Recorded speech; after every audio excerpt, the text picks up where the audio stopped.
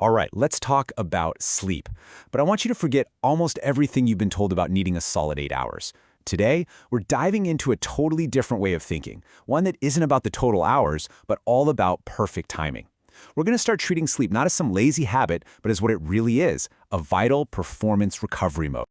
You know the feeling, right? We've all been there. You get a full 8 hours, but you wake up and hit the snooze button feeling like you barely slept at all. It's so frustrating. Meanwhile, you hear about these people who are thriving on just 5 or 6 hours. So what is their secret? Well, I'll tell you. It's not about endurance. It's all about architecture. And this is where we really need to flip the script. The common myth is that more hours automatically means more rest. But the scientific reality?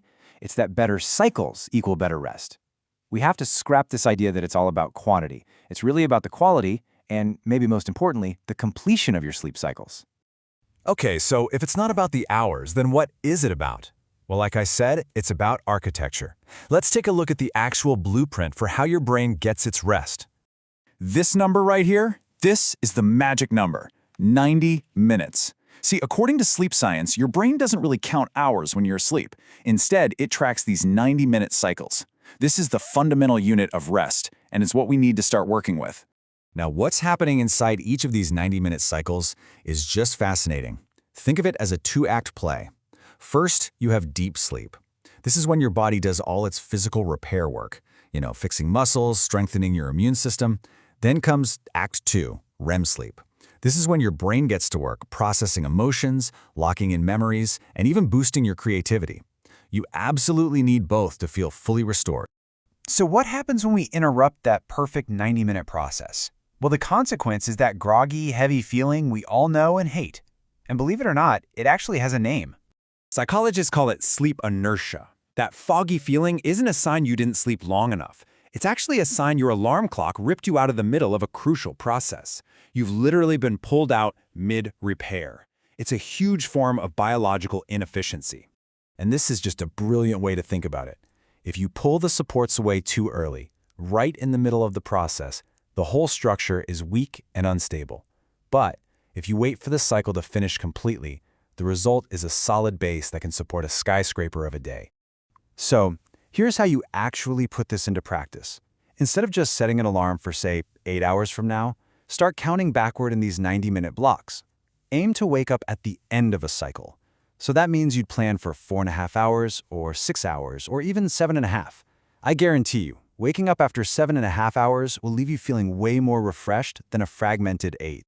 Of course, timing your wake up is huge, but it's only half the battle. We also need to make sure those cycles are as high quality as they can be.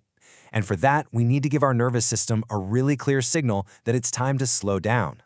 And this is a super simple but incredibly powerful rule to master that transition. It goes like this. 3 hours before bed, stop eating, so your body's busy digesting. 2 hours before, stop working, so your mind isn't trying to solve problems. And finally, 1 hour before bed, kill all the screens to avoid that disruptive blue light.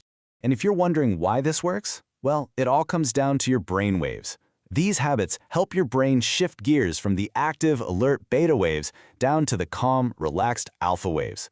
That alpha state is basically the natural gateway to sleep, letting you fall asleep faster and get into those deep, restorative cycles way more efficiently.